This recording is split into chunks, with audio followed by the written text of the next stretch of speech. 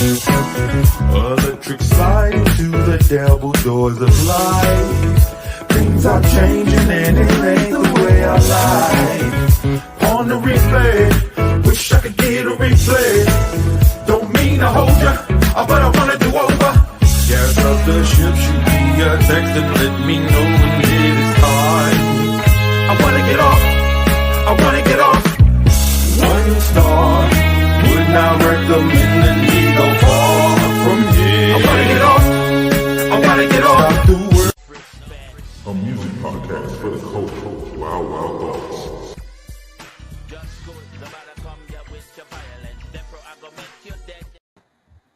What's up, everybody? Welcome to Wild Bunch Presents Wild Wild Thoughts. As you can see right now, we tuned in on the side. You know, we got Oprah up right now. She's speaking at the DNC, so we start off talking about that, and we'll check in, periodically to hear what they're talking about. Like I might click in and let y'all hear a little bit of Tim Wall speech or whatever. We'll check in as we go. But just to start off, man, the DNC started on Monday night, now Wednesday night. What are your thoughts so far, B-Ray, on what you've seen in the DNC? I've been, really impressed, man, with the mood. You know what I mean? How positive and upbeat everything is, but not overly like rose-colored glasses. You know what I mean? Just focus. The amount of focus in the messaging, I think, is cool as hell. I'm really impressed with some of the speakers that they've had, and just the way that it's put together. We were talking before the show just now about how I think the curation was just dope, and the blend of the old and the new, and the passing of the torch type of vibe that they presented with Joe Biden. And overall, I just think it's just very, very cool, very positive. Man, I'm looking forward to seeing how it culminates with the Harris speech tomorrow. Yeah, I think the beginning, I feel like they were trying to figure out. It almost felt like even though it was the passing of the torch, there still was a little bit of layover from what maybe the Biden DNC would have looked like, because it felt like they was trying to juggle both on that first night, which it feel like that's why I ended up going so late. You know what I mean? Because I think Biden didn't go on till 11:30 Eastern time, which is only 8:30 for us. But I know the East Coast was, and he did an hour and some change. So I think you saw a little bit of that, like the first night of like, this is probably what it would have looked like if Biden was running, and we still got to iron what Kamala's going to do, and we got to do that passing of the torch. But I think after that, they kind of found their footing. And even though they went late Monday night, I will say it felt like the energy was still there, even through Biden's speech. It felt like the energy was still there in the building. I know a lot of the conservative outlets were just like, oh, they put Biden on so late, and they was trying to they disrespected him, this. But I feel like nobody who actually watched it, I don't think they really felt that way, or the people there, because you know what I'm saying. Like you can tell when everybody's bored out of their mind, when everybody's ready to go. So I thought they did a good job cleaning it up the next, like Tuesday, like yesterday. I felt like it was a lot more tighter run program. A lot cleaner, and having Barack and Michelle close was masterful. I think they both did an amazing job. They had a lot of memeable moments, as you would say, a lot of viral moments. I think they've been doing a good job, because I know the job of this, they had to do two things with this particular DNC. They had to not only pass the torch and honor Joe Biden, but they also had to roll out a brand new candidate. They had to tell Kamala's story for the people who don't really know her, don't know where she came from, and tell her story as the person who she is, more than just who she is as a candidate. And as you see now, they have these like little interstitials with the people from different places talking about different things. So I think they've been doing a good job as well of telling her story, letting us know about her family life, getting to know, what she's meant to the culture, how she was, her record with the AG. I think they've been doing a really good job of kind of like telling that full story throughout these last couple of days. What do you think? Yeah, I thought that it was a good move to have the chick from Nevada speak that was also a prosecutor and knew her from those days and was able to speak about that era in her career and stuff like that. You know what I'm saying? And there has been a lot to personalize her, humanize her, I should say. But really, I think more for the people who don't know her, her record is really more pertinent, and I thought that was a cool strategy to introduce her. I forgot her name, something Costa or something like that, but she was just on a little bit ago. But yeah, I think overall they've handled it well, man. And of course, like you said, Barack and he spiked the ball at the end, and there was nothing more. If anybody would have tried to go on after him, it's like so. And he had a hard time going on after Michelle though, because she killed it. Like, you know what I'm saying? Like, he had a tough time going on after her because she smashed it out. Like, she almost could have ended it. You know what I mean? But I think she did a good job of talking to like the heart of the people, talking to the emotion. But then I feel like Barack talked a little more about like the politics of it all, right? Like he gave you a little more meat about it. So it's been interesting to watch Donald Trump respond and to watch him kind of spiraling as he goes. And it feels like, and I don't know if this is intentional, if this is like part of the playbook, but it feels like they're intentionally like poking at his insecurities to get him to keep reacting and get him to stay off message. Absolutely, yeah. That's the thing to do. That's the fight strategy, yeah. Because it seems like everybody in his camp has been saying, "Hey, man, stop with the personal attacks. Just on policy, because if you focus on policy, you have a winning, if he focus on the border and focus on inflation, they're like, you got a winning policy to run on, and he can't seem to help himself. And it's like Barack Obama insulted him, and that really set him off. That's always the one that set him off when Barack say something about him. So today he was like, they told me not to do personal attacks, but they're attacking me. Like, he's taking it so personal, like they never attack nobody, which is so funny to watch him get sensitive over people insulting him, right? So that's been interesting to watch. And again, he got off topic, and I'm like, oh, it feels like they starting to do this on purpose. They talking about crowd sizes, and they talking about this crazy stuff he's saying. They calling him weird, and I feel like that stuff is really actually bothering him. You know what I mean? So that's been interesting to watch, is like his response to all that, man.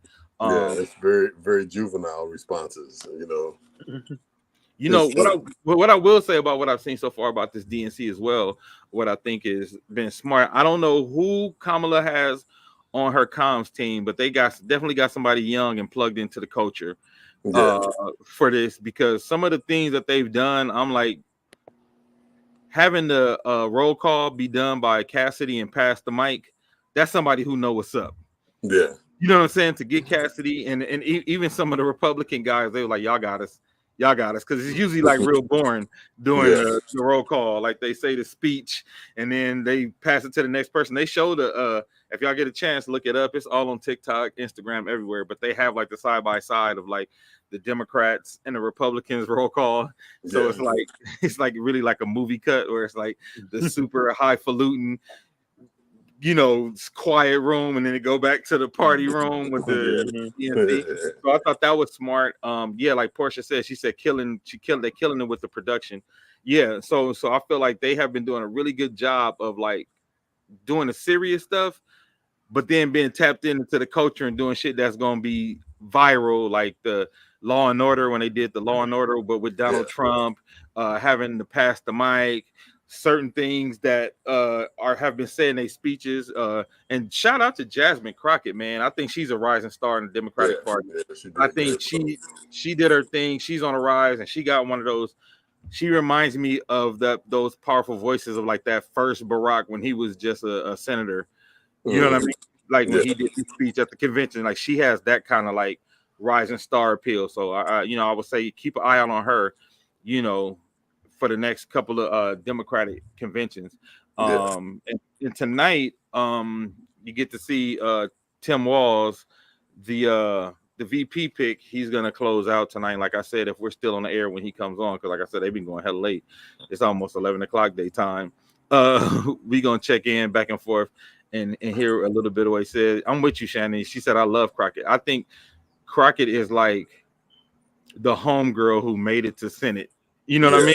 Yeah, super Like smart. she, But like everybody knows somebody like Jasmine Crockett. Like everybody knows somebody like she's smart, but she don't play and she might have hands. You know what I mean? Like, she just might throw hands. yeah, You know what I mean? So I think that's important. Like I said, I think the Democrats have been doing a good job of trying to get that. Because we've been talking about this since she entered the race. She's been doing a good job kind of going after that 18 to 34 vote, but while speaking to the base. And I know that Trump is really, really in need of that 18 and 34, but I know what they say. Can you cut the line on pop too? They said Trump has been making some inroads with young black males. He's been making inroads with young black males and gonna have like a bigger chunk of those voters. So because of that, it feels like Kamala's gonna have to either find a way to get some of those young black males back and find a way to speak to them, or she's gonna have to chisel off some more of those suburban white moms to replace that. I think so. She's gonna have to build a coalition, a kind of different coalition in other ways, because there are a lot of disgruntled male black voters when it comes to the Democratic Party, as you guys have seen on the last 2 weeks of our show and who we've had on. But it's interesting because the conversations, V-Ray, that I had with the guys that we had on the last 2 weeks, that's pretty much the conversation. Like, it's like all of them I have with all of them is either based on stuff that's not factual, or is based in, I just don't think a woman should be president. And it's like, you really can't argue with that. Ain't no way to talk policy with somebody that feels like, I just don't think a woman should be president. So how would you make inroads to get those guys back? That's like so staunchly, because like you said, you was like, well, if you're talking about what you feel versus what is actual facts, like we can't. How do we have that conversation? Yeah. So what do you think the outreach should look like, or do you think she should just try to find other ways? I think other ways. Right? I mean, trying to get somebody to unlearn something like, I don't think a woman should be, a president. To even come out of your mouth with that in 2024 is just like, I don't see you in 77 days or 76 days or however long it is now, converting that person, but lean into the stuff that that is definitely an Achilles heel for the Republicans, like women's health and abortion, you know what I'm saying, and that sort of thing. Just healthcare in general. The economy is a tough road to hoe for her at the moment, but as far as capturing, people that may be on the fence and be convertible, definitely women of all races. So specifically the white, the white suburban chicks who need to get that discreet abortion, or at least have the option to get it, if they need it, and that kind of thing, versus somebody just saying hell no, or even just the philosophy of autonomy over your own body, whatever that equates to. I think is a major selling point. Yeah, and shout out to Cofield over on Instagram. I don't know why we can't, send our Instagram comments over here like we do the other stream. But anyway, Cofield said young black males aren't consistent voters who will vote for Trump, so that won't even be a biggest chunk as they think it might be. I completely agree. Shannon said a cohesive plan to put money in their pockets might work. Many fall back on Trump and the stimulus check. That's a good point, Shannon. I think earlier today, Van Jones was saying, like, Kamala talks about a lot of government programs. She's like, maybe to get to those young male black voters, you got to talk about helping them build something, helping them own something. Yeah, because that's the thing that they're. Yeah. So like, how do you meet them and talk to them about like, how do we help y'all build? How do we help y'all become owners? How do we help y'all, become a bigger part of society? And I think that might be one of the only ways to get some of those on the fence voters. But V-Ray, you made a very good point demographic wise about just getting more inroads with women of all age, race, creed, and color. Because that's going to be probably her biggest coalition. She does have to clear up the marijuana conviction misinformation. The narrative was on fact checked recently. They also want money, so clear up the. Well, you know what I found, Portia? Even when you clear up that rumor, they still don't believe it. Like I've had so many conversations where I show dudes like this is what actually happened with her and marijuana. I will say a couple of dudes was like, oh, I didn't know, but for the most part, they just be like, fuck that. She locking up black men. But I just do excuse me for cutting you off, but I would go just do ahead. from a marketing standpoint or from my marketing hat, I would just do a fact check commercial about that one bullet point. You know what I'm saying? Say this is what the story is. Here's you can find it. Like when you posted the link to the statistics that you were talking about 2 weeks back.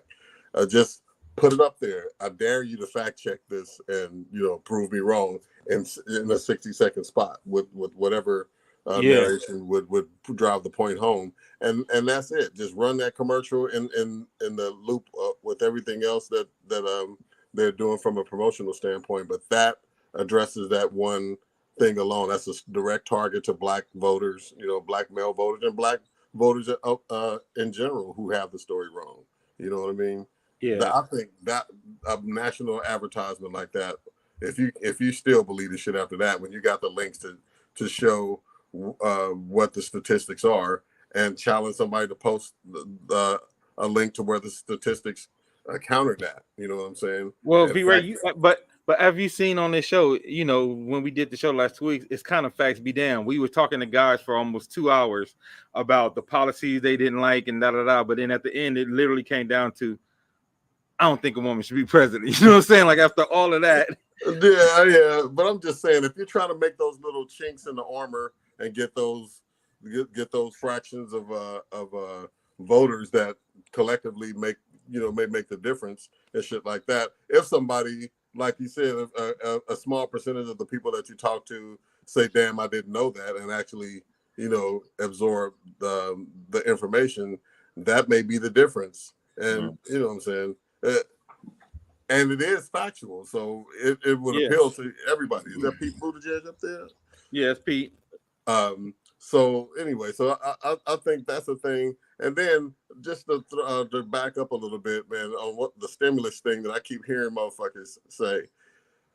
That shit is the stupidest reason to vote for somebody. Like you're gonna get a stimulus every 2 weeks or some shit. It was a damn. Even though it may have been, took an epidemic for you to get a stimulus check. Man. Yeah, like you gotta have another pandemic, bro, before some shit like that happens. There was a reason why that happened. Okay, it was cool to get some dough in the pocket, but that's not a policy. That's not a thing that happens on a regular basis where people gonna be like, Trump is in office. Did you get your stimulus check this month? Like his welfare and shit. Like, nigga, you sound stupid, man. If that's one of your big reasons, I saw somebody interviewed today on the street that said that was the reason why they were going to vote for Trump. No other policies, no nothing. I'm down for them stimulus checks. That's in the past, right?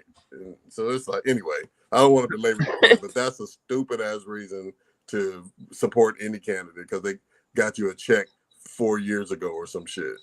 Portia said we still paying interest on them stimulus checks. Ain't no such thing as free money. First of all the people who complain about inflation don't realize that some of that inflation came from stimulus checks. Yeah. It came from the COVID Reduction Act. It came from the COVID aid package of making sure everybody could get tested, vaccinated, making sure they extended unemployment, all that stuff where you had to add trillions just to like wake the economy back up after COVID. And those businesses, those PPP, those loans. Yeah, the PPP loans and all that. Yeah, like all that is a part of like this inflation, the supply chain issues, like all this is a part of that. But people, I don't know, it's like they don't draw a direct line to stuff that makes sense. You know what I mean? Like to the logic of where it goes. Shannon Perkins said it wasn't even a lot of money. That's what I'm saying. Like y'all still harping on for $1,200. $1,200. Yeah. Like this, y'all like, oh, he gave us and then the crazy thing is, again, I tell people like, please take some civics classes or just like watch Schoolhouse Rock. He didn't give you the stimulus checks. And if you go back, because people changing history now, right? I'm like, if you go back and look, Trump actually didn't want to give y'all no stimulus checks. Nope.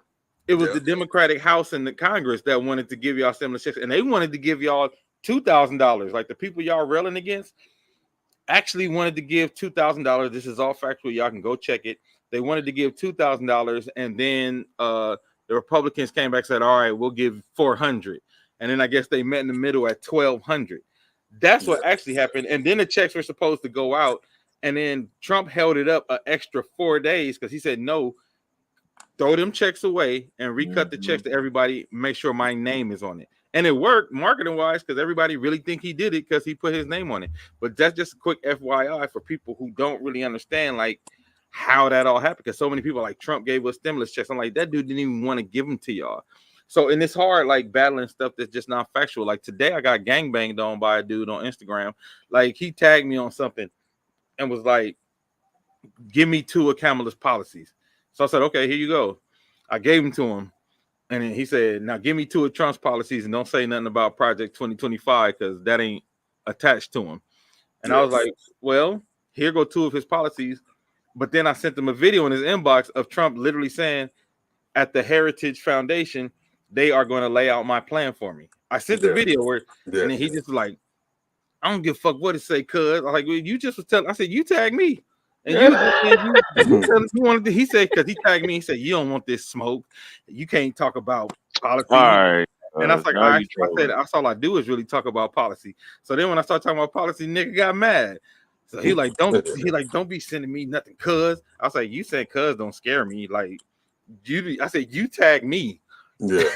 You tag me and ask for some of her. I said, because what, like I told you, I said, what y'all don't know is I know her policies and I know Trump policies because I went to his page and read through his whole platform as well. So I could know what I'm talking about on both sides. So I'm not taking anything from just CNN, taking anything from Fox News. Like I literally read his platform for myself. Yeah, like I said, so I know his platform more than a lot of his followers actually, which is crazy to me.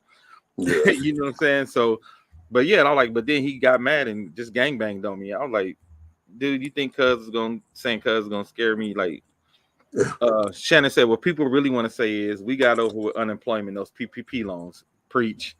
Portia said, right, people got away with them $1,000 scams. Yeah, like a few people came up on $10,000 for a PPP loan and ain't had nan business in sight. Yeah. Yeah, I know some people that was doing that. I plead the fifth. Oh, John Legend is up. You see tonight they had Stevie Wonder, John Legend. Republicans had goddamn Oprah. Yeah, they had Oprah, that Sheila E. Yep. Republicans had Kid Rock and Hulk Hogan and Amber Rose. Yeah.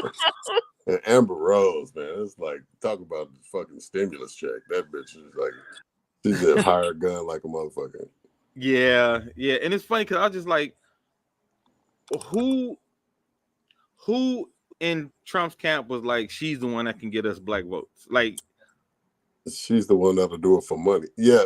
Who black votes is like? Yeah, but I'm like, just to talk about how if you talk about, because then a lot of people like, oh, Kamala be pandering, but I'm like, if you want to talk about pandering and pandering the wrong way, because you talk about somebody that's disconnected from, you know what I'm saying, disconnected from the culture.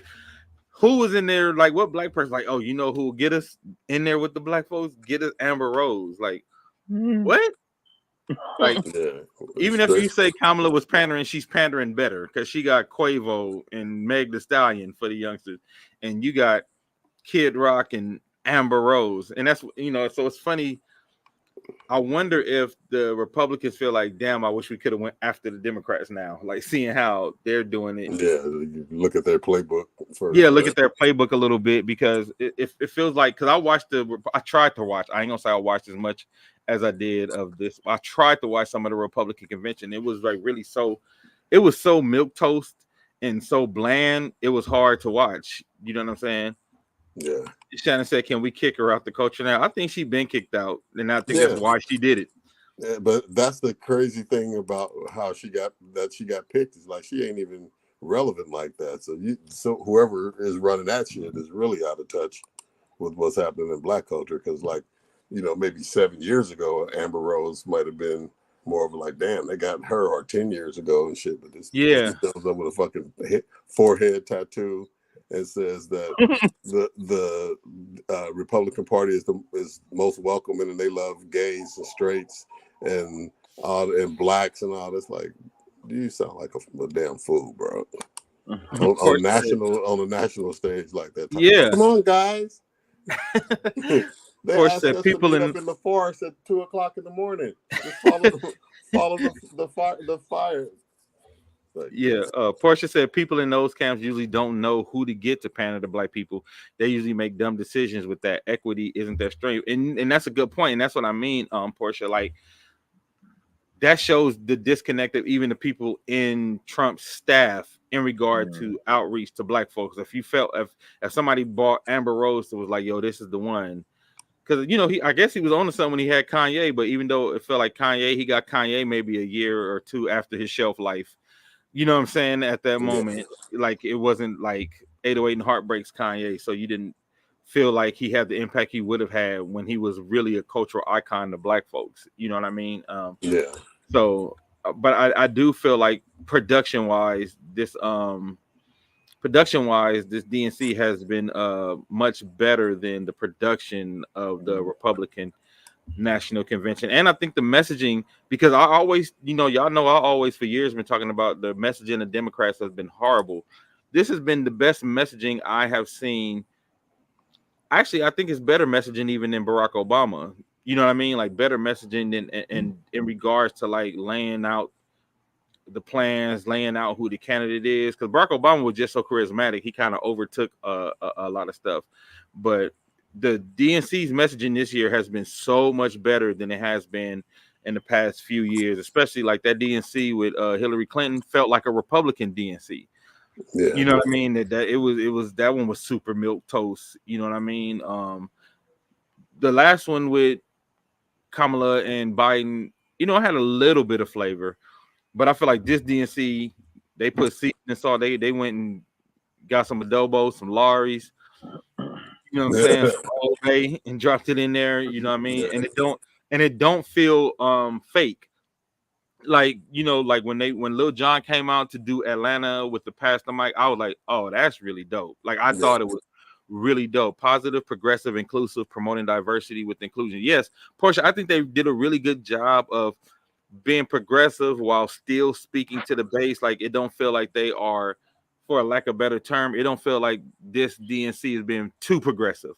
Like it feel like they've been doing a good job of like, yeah, we support LGBTQ, but we're not gonna scare off the old black folks. You know what I mean? Like I feel like they've been doing a good job of balancing that tightrope and even welcoming. They had some white artists come in and been welcoming them. So it feels very inclusive and very big tent, and they did a good job. And again, like I never would have thought that the DNC would be not only this entertaining, but also this interesting when listening to the speakers. Like as you listen to the speakers, I'm like, this is actually, they're doing a good job of like hitting Trump a little bit to piss him off, but then getting on message talking about policy. Like I've heard them talk about the border. I heard them talk about inflation. I've heard them talk about the border deal that Trump killed, which I'm like, we should be hearing more of that. Because so many people are killing them about the border. Every day, y'all should be talking about how we had a border deal with the Republicans and the Republicans killed it. Y'all have to drive that message home. Like I think that's a message they have to continue to drive home to show that the Democrats aren't as weak on the border as people say that they are. You know what I mean? So I think I think they've been doing a good job. Like Portia said, it was perfectly stated by you, Portia. Positive, progressive, inclusive, promoting diversity and inclusion. And I think they've done a good job of passing the torch from Joe Biden, because like it don't feel like Joe Biden's party no more. It does now feel like the party of Kamala Harris.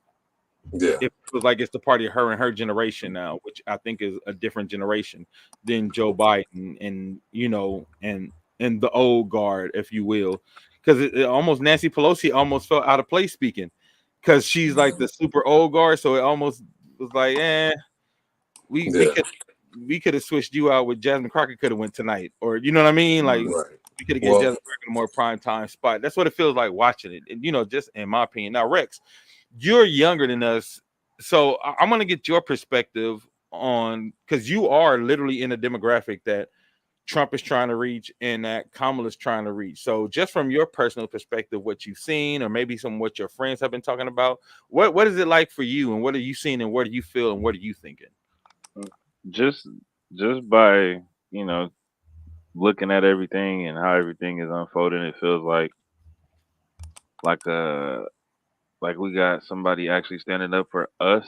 But Trump again, it feels like a whole troll. Like he's just it just feels like he just want to rule the world. Like he just want to take over everything and shit like that. So I don't know. Like I'm just soaking in the game. I don't do too much on the politics and stuff Yeah. like that. But just by just hearing and seeing like shit that they saying, like, do y'all really want this man to be y'all president? It's not adding up. Like it's not like come on now. Like let's be for real. Like come on now. We're not stupid. Y'all acting like real kids. Like let's we grown. Like we're not trying to like no, it's not making sense. It's not adding up. But come out Harris, yeah, cheat, yeah. Cheat, Well, putting and on that's, bullshit. but I know you said you're not big on politics, but that's exactly why I asked you, because that's the kind of voter that Trump and Kamala's trying to reach, right? So that's why I asked. I know you're not big on politics, so I wanted to get your perspective. And it's funny that even you see, because I've seen one thing I've seen that a lot of people say is like, all right, he keeps going back to his old playbook. It's getting old. And it seemed like slavery. Like it seemed like like it's like old school slavery. Like it's so racist and nobody is catching on to nothing he's saying. But he don't think it's racist though. That's what's funny. How if you hear I guess that I don't know. I guess I Because got in common his sense. circles, that he's probably the liberal. You know what I'm That's saying? crazy, bro. Like The progressive. I mean, he's probably the most progressive person in his circle. I love black people. I've done the most for black people ever here. You want some malt liquor and some blunts? You know what I'm saying? No. What is that gonna He change laughs. though? Like just because you can do that, you're not better than us. Like what are you gonna give us? Like what can you do for us? Like yeah, but again, not more so just for us, just for the people. Like come on now, like you're a president. But You're I for the think people. those questions, though, honestly, are moot because he's going to say whatever he thinks you want to hear to get the position, and then he's going to do what the fuck he wants. So if you say, "What are you going to do for I don't know taxes?" and he'll be like, I'm the hardest on taxes of anybody ever in history," and all that shit that he usually says. But when he gets in office, he just does what he wants to do. So trying to ask him about what policies he's going to extend to the community or the people. I don't think it's too far fetched. Whatever the answer is, you can just take that with a grain of salt, bro. Yeah. Portia said, but you have representation of all generations. Nancy folks are still living too multicultural and multi-generational. You right, P. You right on that. I gotta give it to you. But like I said, I do feel like it's just like because culturally I feel like there's a shift, but in the Democratic Party. And that's why I said I felt like Nancy was a little out of place just because we know she's part of that old, less progressive, more of the middle Democrat, like damn near Republican, for lack of a better term. She's more of the what do they call it? The more conservative Democrat. She's more moderate, much more moderate than what the party is doing right now and what we've been seeing from the party in this particular DNC. Stephanie said Trump has played himself out. His behavior has mirrored the wannabe schoolyard bully. After a certain period of time, people really catch on who you really are, and they're no longer affected by your antics and realize you're really scared to scare little boy. You know what I've noticed? And somebody said this, and I said, yo, this is crazy. They said, you remember when The Apprentice first came out? It was like one of the biggest shows on NBC. Everybody, it was like a phenomenon. Everybody was yelling, you're fired. They was laughing at him. He was hilarious. And they said, but then by like season 4, the act had fizzled out. People had got kind of tired of him. And they said this feels like season 4 of The Apprentice. Like people kind of like, all right, we get it, you're fired. They kind of tired of the act. You know what I mean? Like they said that's kind of what it feels like. Oh, this is kind of dope. They bought out Tim Walz football team. And let me tell you, talking about rollout too, the Tim Walz rollout has been amazing. He looks like a Republican. He looked like everybody white dad. You know what I'm saying? Everybody who had a white homie, he looked like they dad. He is salt of the earth, every man's man. And I think he's going to help get a lot of those corn-fed rural voters like in the blue wall in Minnesota, Pennsylvania, Wisconsin. Like, I think he's going to help bring that in. And, he's kind of a straight talker too. So you kind of get like the Trump, but without being a buffoon. because he be lightweight talking shit, and he be taking his digs and his jabs. You know what I'm saying? But Yeah. I think he does in a way too, where it's like, and then he'll still talk about policy as well. So I think he's been a good balance of being kind of like an attack dog for Kamala. Like he can say the stuff that she can't say. Right. You know what I mean? Like I feel like, you know, he's been. And Shapiro spoke tonight, and I thought like Shapiro, he's gonna be a president. Shapiro ain't vice president material. Even watching him tonight, I'm like he's a star in his own right, and I don't think it would have worked. Him trying to like that would have been too big of a ticket, I think personally, and I think I didn't really like him tonight, man. He seemed like a little dull knife. Or Thought he had an maybe off night side by side with everybody, that really was on 10.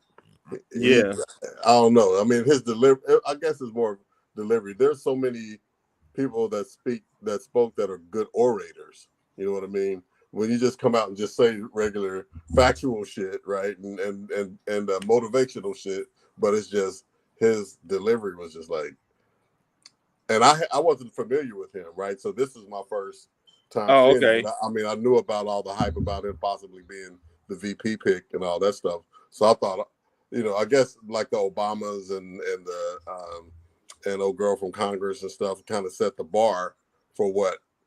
Yeah. An entertaining speaker is. So when he started talking, I was like, okay, that's cool, but I don't know. I just expected more. I was expecting, wow, that's impressive. Yeah. But maybe that is the presidential way to not be out there tearing your shirt off like Hulk Hogan and shit. I don't know. CJ, what up, Chloe? She said, hey, y'all, Trump is a bully and he believes what he's saying. That's the funny shit. Because people like he lie all the time. I said, but he don't think he lying. That's the crazy shit. Yeah, when he goes off script, you can tell when he's starting to trying to make a point on his own merit. He's like, I know you saw I look better than her. Yeah. I was like, what? 10 times, 20 times, 30 times more than her. Like, bro, you can see you making it up, the expression on your face. Like, yeah. What's the highest number that I can get away with? And shit. Portia said he has the sweetest disposition and he's a former educator, super plus. Yeah, like again, I feel like they got the everyman to run for vice president, and it shows from the stuff they're trying to attack him on. Like they attacked him like, oh, he said use weapons of war like when I was in war, and he was never in war. Like, okay, like I'm sure as somebody in the service, he carried a gun. You know what I mean? Then it was like, right. Oh, he said his wife had IVF and it wasn't IVF, it was IUS. I'm like, y'all sound crazy right now. Well, nigga, like y'all grasping at straws. Right. Yeah. It sounds a little contrived, man. Yeah. So I think that's the other thing. Trump has always been able to figure out his opponent and figure out how to hit him and get his base to just eat something up, like Crooked Hillary, Sleepy Joe. He had those lock her up, the emails. Like he always has something to kind of like attach on to, and I think he haven't figured out that thing to attach on to with Walsh or Kamala. So it's been interesting to see him kind of flailing. I feel like the first line of Kendrick Lamar's Euphoria. You know what I'm saying? Like he's spiraling, like his superpower has been neutralized and he's spiraling. And that's what it feels like. It's like Trump's superpower was dropping a nickname on somebody and letting the whole world start to see them in that light, because he's trying to call her Comrade Kamala, trying to say she's communist and she's socialist, but that's not landing the way that he wants. Because he even said she's more left than Bernie Sanders. And I'm like, you think that's gonna hurt her with the Democratic base saying she's more left than Bernie Sanders, even though she's not racist shit. So that's but even though she's not more left, even though she's not more left than Bernie, but saying that, I'm like, that's not the flex you think it is to get people to dislike her. And then he started talking about her laugh. Have you heard that laugh? She's insane. That's the laugh of a crazy person. And I'm like, I don't think that's gonna hit the way you think it's hitting. You know what I'm saying? Like it's almost like you ever been in a roast session and you just getting roasted, and then you try to come with a joke and everybody just look at you like, nah. Like it just ain't your night. Right. That's what it feels like with Trump. It feels like They hitting them, they roasting them, and they like somebody said Michelle Obama 4 years ago, when they go low, we go high. They said last night, fuck that. Yeah, but even with that, I think they still kept it. You know what I'm saying? It wasn't respectful necessarily, but it wasn't over the top. I think it was just enough because they know the buttons to push. Well, so I feel like push. Yeah, I feel like Michelle has some shit to get off her chest. Like, she been quiet so long, and they attacked her so many different ways, attacked her family, attacked her kids. So I think she was finally fed up and like, yo, I got to get this shit off my chest. That's what it felt like to me. And like you said, even the way she did it was still classy. Even the way they did it was, it was still like a classy read. It wasn't like a Trump just like start going off talking about you look better, like. And it's funny because, like my brother said, he said a lot of his insults literally be like 5th grade stuff. Like, I look better than you. I don't like the way you laugh. I don't, you know what I'm saying? Yeah, it's like playground insults and shit. Chloe said, but I love the Obamas last night. They didn't go high. They went low. Said, Sleepy Joe got messed up when he fell off that bike. Yeah, I think that was like the beginning of the end because they just started like that. I think that started the narrative of like, oh, he's losing his cognitive. But it's crazy because, again, now that Biden is out the race, now you get to look at Trump and be like, I don't know if his cognitive ability is what he think it is either. It was just like it looked better in comparison to Biden. Yeah. You know what I'm saying? Mm-hmm. Trump punching the air. He thought he had in the bag after that first debate, that fake assassination attempt and the pastor preached. He did, though. That's what's crazy is, Portia. Sometimes they say be careful what you ask for because you just might get it. He wanted Joe out of the race because he started saying he shouldn't be president. He's not fit, And once that narrative started, and then the Democrats grabbed the hold to it, and they're like, all right, we got to get him out of here because we're not going to win based on the narrow path that we have. Yeah. Now he talks about Joe like he misses him. You know what I mean? Like the way he talk about like a little Brokeback Mountain is just like he missed him a little bit. Like, I wish Joe could come back. Yeah, they was roasting him on the Daily Show about that shit. Like he keeps bringing that up in his speeches, like you're saying, like watch Joe's gonna come out at the DNC and say he doesn't quit and all this shit. And they were playing like a clip from him speaking, and oh boy, the host of the Daily Show was just letting him have it, man. It was just funny as shit how he.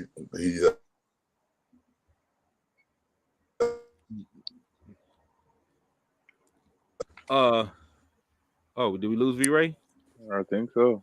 All right, so look, we're gonna chime in just for a couple seconds, let y'all hear a little bit. Hear me? Yeah, now we back. I'm gonna let y'all chime in. We're gonna listen to a little bit of Tim Walz's speech. He's up right now. Let's just listen to a little bit of it. And everybody has a responsibility to contribute. Yeah, we can. For me, it was serving in the Army National Guard. I joined up 2 days after my 17th birthday, and I proudly wore our nation's uniform for 24 years.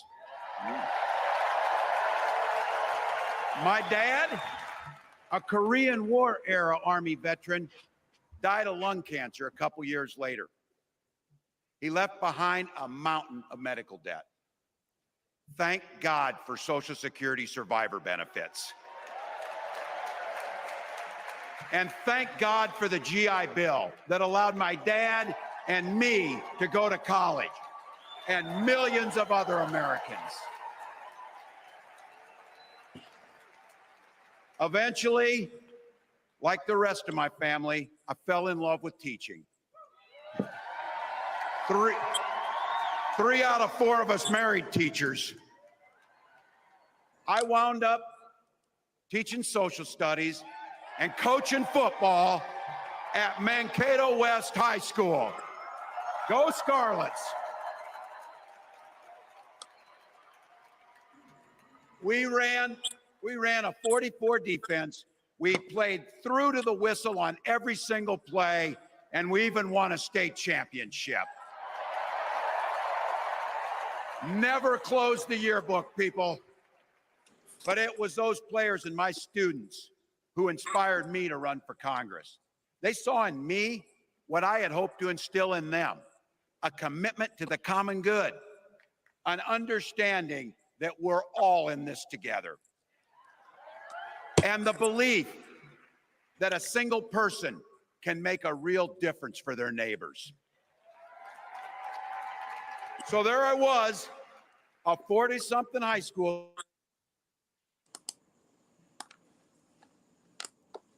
and no money, running in a deep red district. But you know what? Never underestimate a public school teacher. Never.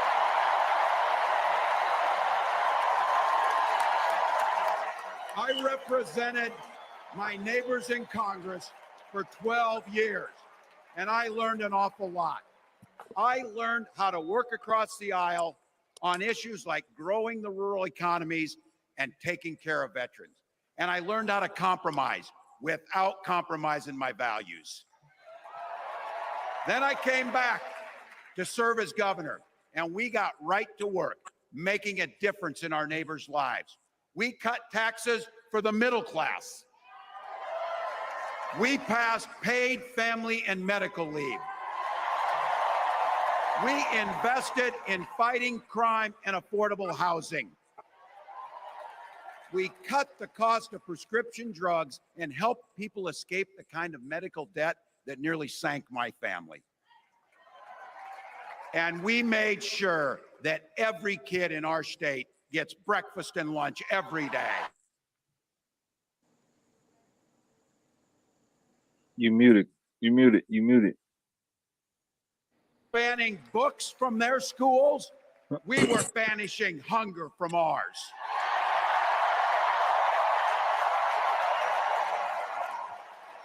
We also protected reproductive freedom because in Minnesota, we respect our neighbors and the personal choices they make.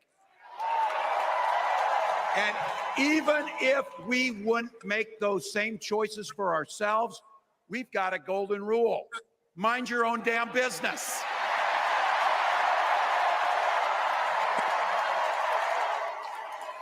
And that includes IVF and fertility treatments. And this is personal for Gwen and I. If you've never experienced the hell that is infertility, I guarantee you, you know somebody who has. And I can remember praying each night for a phone call. The pit in your stomach when the phone would ring, and the absolute agony when we heard the treatments hadn't.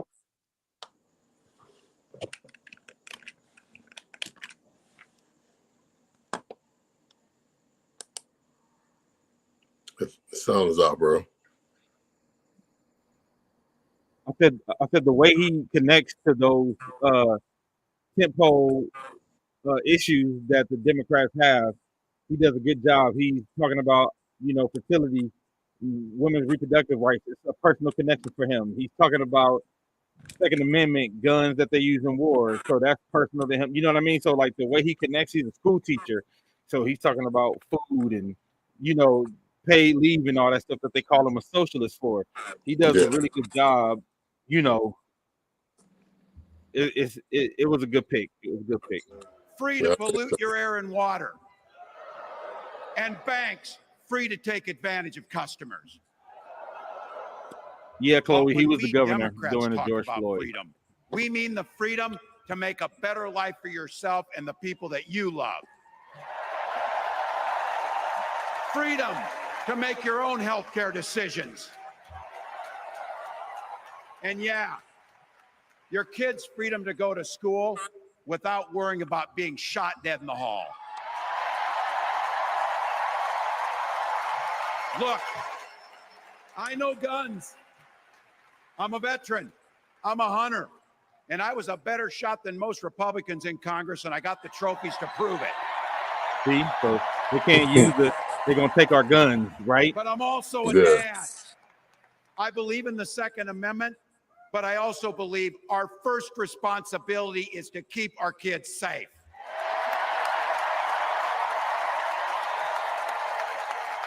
That's what this is all about. The responsibility we have I think that's the to our son kids, standing.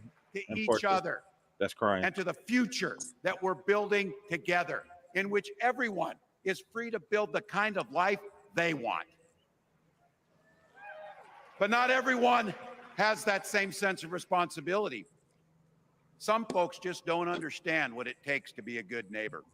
Right, Ron. Take Donald Trump and J.D. Vance. Their Project 2025 will make things much, much harder for people who are just trying to live their lives. They spent a lot of time pretending they know nothing about this. But look, I coached high school football long enough to know, and trust me on this, when somebody takes the time to draw up a playbook, they're going to use it. So that was a little bit of, Wall speech. Like I said, I think they've been doing a great job with the rollout of this DNC. They've had some really dynamic speakers, really great production. I think Trump is going to have a problem come November. We'll see. And I know it's still going to be close. It's still going to be neck and neck because his base, one thing about his base hasn't, decreased at all. I think what's happened is Kamala's base taking over after Biden has increased. So she basically made up the ground that Biden lost and then some to rise above in some of the battle states in the polling. Yeah. But there's still going to be work to do for her to take, because it's about the electoral, not the popular. I think she's going to win the popular vote with ease, but it's going to be the electoral map. But just for people watching, they said Joe Biden had one path to victory, which was he had to win the blue wall, and if he missed out on any of those states, he wasn't going to win. I think that was Nancy Pelosi's issue, so that's why they wanted to get somebody else. But now they're saying with Kamala, she has different paths. She could win with the blue wall. She could win with the Sun Belt states, which is like New Mexico, Nevada, over there. Like they're saying she's taking, her points. Like I think she's polling above him in Arizona, Nevada, which is usually a red state. So she has different pathways to win. But I think she just has to really campaign all the way up until don't make the mistake that Hillary made. Hillary was spiking the ball, before the election. They told Hillary to go back to Michigan, and she was like, "No, I got this." And they're like, "No, you really need to go back to Michigan." So she didn't go back to Michigan, and she didn't go back to Wisconsin on that last trip. And I think those are the places where she lost by a very narrow margin. So yeah. I think they probably learned from their past mistakes. So they have a big war chest because I think they raised $500 million since she's become the candidate now, and that was not including the, I think, $96 million, the $96 million that Joe already had left. So, yeah.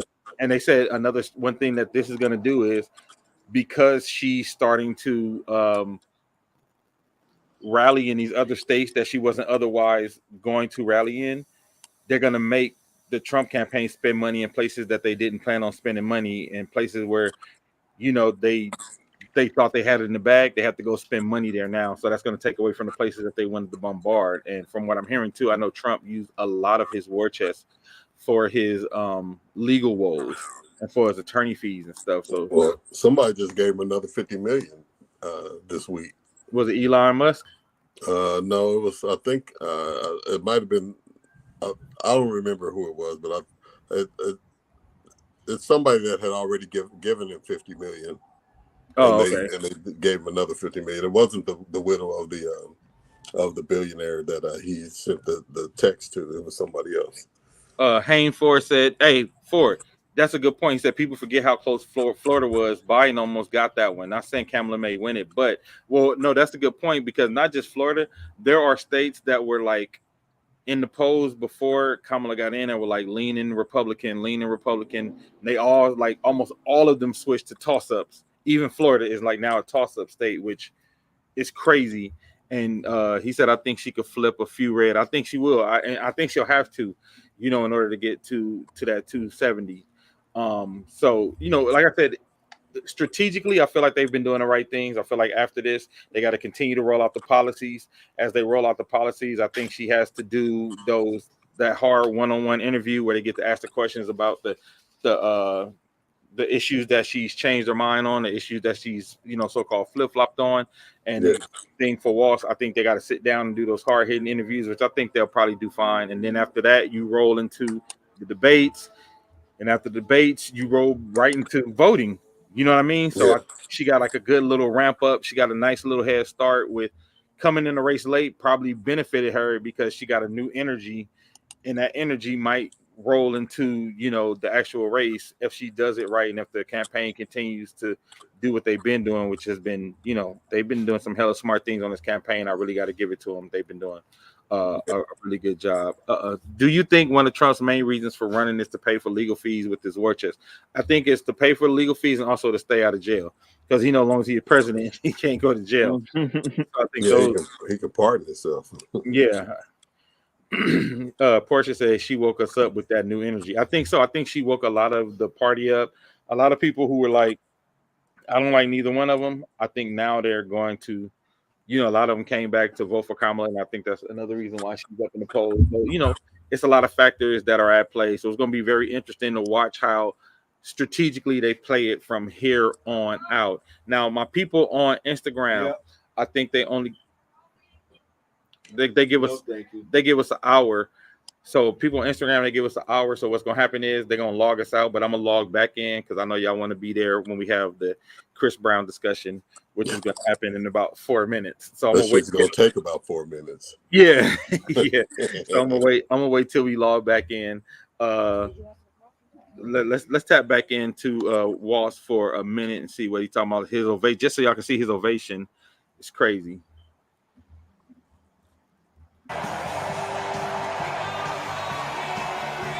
He didn't do a super long speech tonight either. He came in, did what I think I'm hearing is most of his stump speech, really. Yeah, because he repeated that stuff about Detroit and shit. Now, I do hope that Kamala doesn't do her stump speech tomorrow. I hope she does something new. So do you think that they will sentence Trump next month? What will happen since he has immunity for act? I don't know, CJ. I don't know, Chloe. I don't know. I have no idea how they're going to play out that part. What was the question? Kamala, her question was, do you think that they will sentence Trump next month? What will happen since he has immunity for acts while in office? I think they're purposely holding off on sentencing him because the judge had agreed to do it. At one point I read he had agreed to do it after the election because Trump would be able to waive the sentence, right? If he sentenced him before, and plus if he is president. Well, I think I thought the strategy was that to be able to keep him from pardoning himself or commuting his sentence or whatever the president has powers to do, they waited to see if he was going. He wanted to wait to see if he would have that power to do that. So okay, well, they said CJ said that it's set for September. Chloe said it's the sentencing is sentence set for September. Okay. Haynes said Kamala needs the young vote and college graduates. Also, I think she can get some independent votes. I think that's going to be key. She's really going to have to tap in and dig into that independent voter pool, which I think is wide open right now because they say a lot of those independent voters that went with Trump in the last election, they felt very disappointed that a lot of things that he said he was going to do, he didn't do. They feel like they voted for him based on policies that he had set forth, and he didn't deliver on a lot of the policies and his, that he has set forth. So it's going to be interesting to see, but I think she can for sure tap into those independent and those swing voters and what they call with the devil haters. Portia said he did a dope ass coach pep talk at the end. What's the point of sending someone to trial if they're allowed to still pardon themselves? It seems pointless to me because that is the benefit of whiteness, Stephanie. One thing you cannot punish in this country is whiteness. Right. You know what I'm saying? So, like I said, on Instagram, they're going to probably log y'all out in like a minute. And after they log y'all off, she said we missed that part of the speech when we cut it off. Okay, well, I'll check it out afterwards, of course. But I kind of cut it off. Like I said, I was like, oh, he doing his stump speech again. And I feel like I damn near know both of their stump speeches by heart. Haynes said, and he didn't deliver. I know quite a few independents. Yeah. Like, he didn't deliver on the border wall. He said he's going to build a wall. He didn't build the wall. He did the tax cut, but the tax cut ended up helping the rich and his homies. So, and I think those were two of the biggest issues, right? With the border tax cut, and he didn't deliver on those. And even for the black independent voters, I know he's supposed to deliver on the opportunity zones. That didn't happen, So, Chloe said Pete Buttigieg said he only passed the one tax cut for the rich. No, exactly. And I know like that was a big thing. Everybody's like, oh, he's gonna do a tax cut. You know what I mean? Like everybody like, oh, he's gonna do a tax cut, and he did. And then they like was shocked, which was funny. I'm like, why are y'all shocked? Then they were shocked that he did a tax cut for the rich. And that's what ahead, I was saying. Whatever he promises, and it doesn't mean anything, man. When he says what he's going to do in office, because he's already got his agenda. Like whatever he says now, the 2025 agenda is gonna boil to the top. You know what I'm saying? So he can say what the fuck he wants to. 2 cars in every garage or whatever the shit is. But he's a habitual liar. So he's not saying stuff that he foresees himself having to act on in the future. So his constituents are just like, they're gonna get left holding the bag again. It's like you falling for that same shit again. You know what I'm saying? Out caping for this dude, and it's like he don't give a shit about you. Like all the poor people who was all behind him and shit, they got burned on the tax thing. It's like now you're out here again saying that he's an anointed politician. He's God's pick and all this shit. Like he didn't even give you the damn tax break. He punished you more than he served you in his term. So right. Yeah, so that's why I say it's interesting to people who are like still like believing the promises, because like I said, if you talk about policy, I think he failed on a lot of the policies that were his big tentpole policies that he was supposed to deliver on. He said we don't have to vote ever again. Like how? You know how? That nigga's trying to be a king, Chloe. King trying to rule the world, like I said. People that took PPP and unemployment money and ran with it. Yeah, he absolutely blatant lies. No thanks. Harris Walks 24.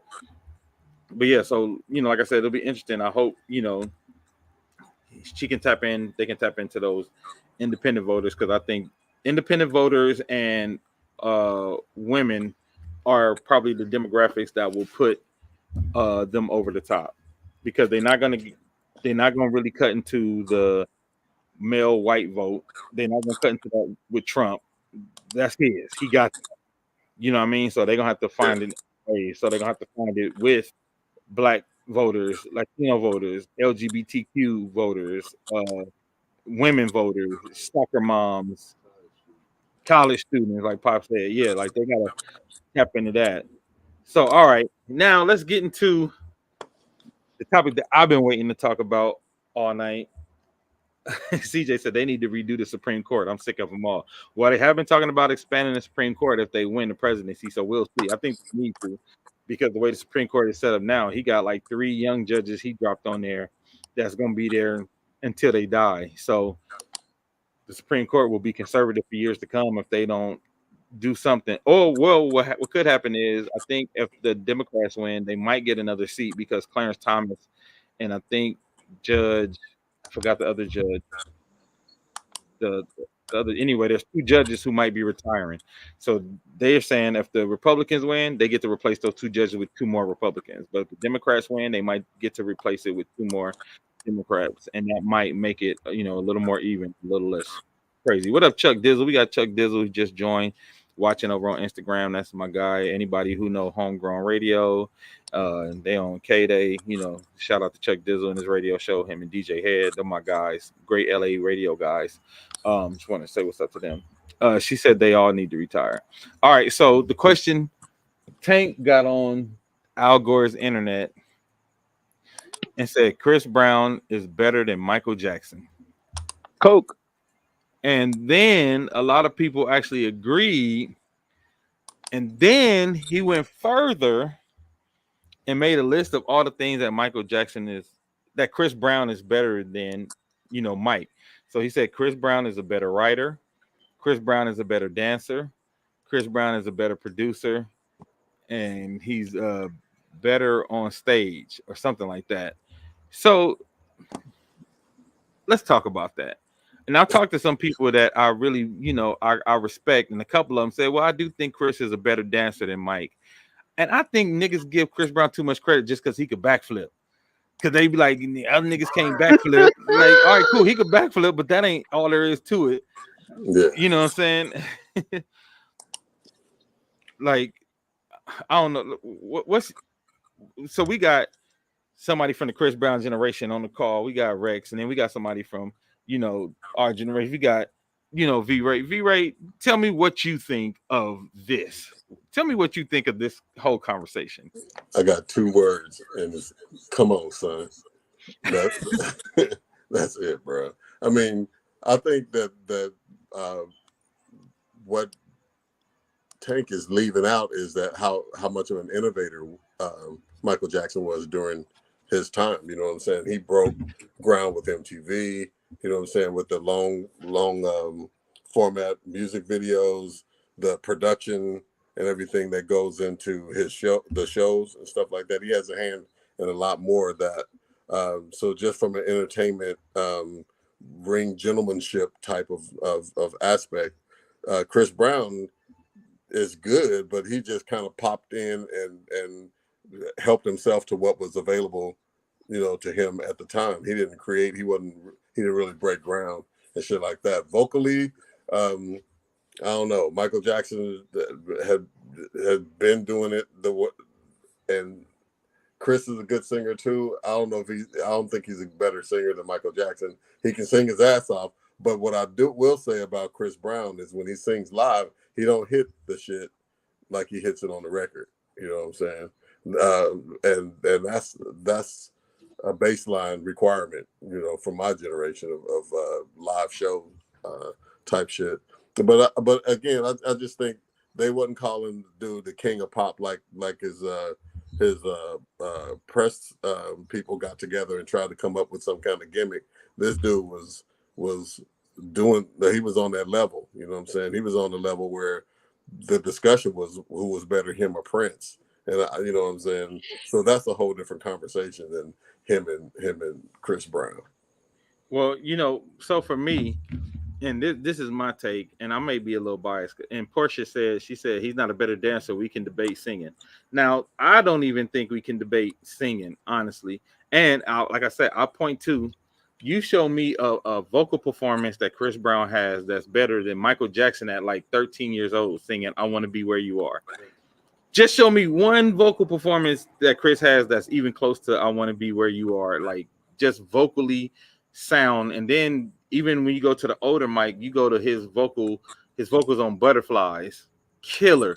Like his ad libs at the end of Remember the Time. Like Michael was singing his ass off on Remember. Like I think people, because he stylized his song so much to give it that Michael Jackson sound, people forget how much of a vocal beast he was. And Michael is the only artist that I know that a great grandmother, a grandmother, a daughter, the grandson, and the great grandson all know Michael Jackson.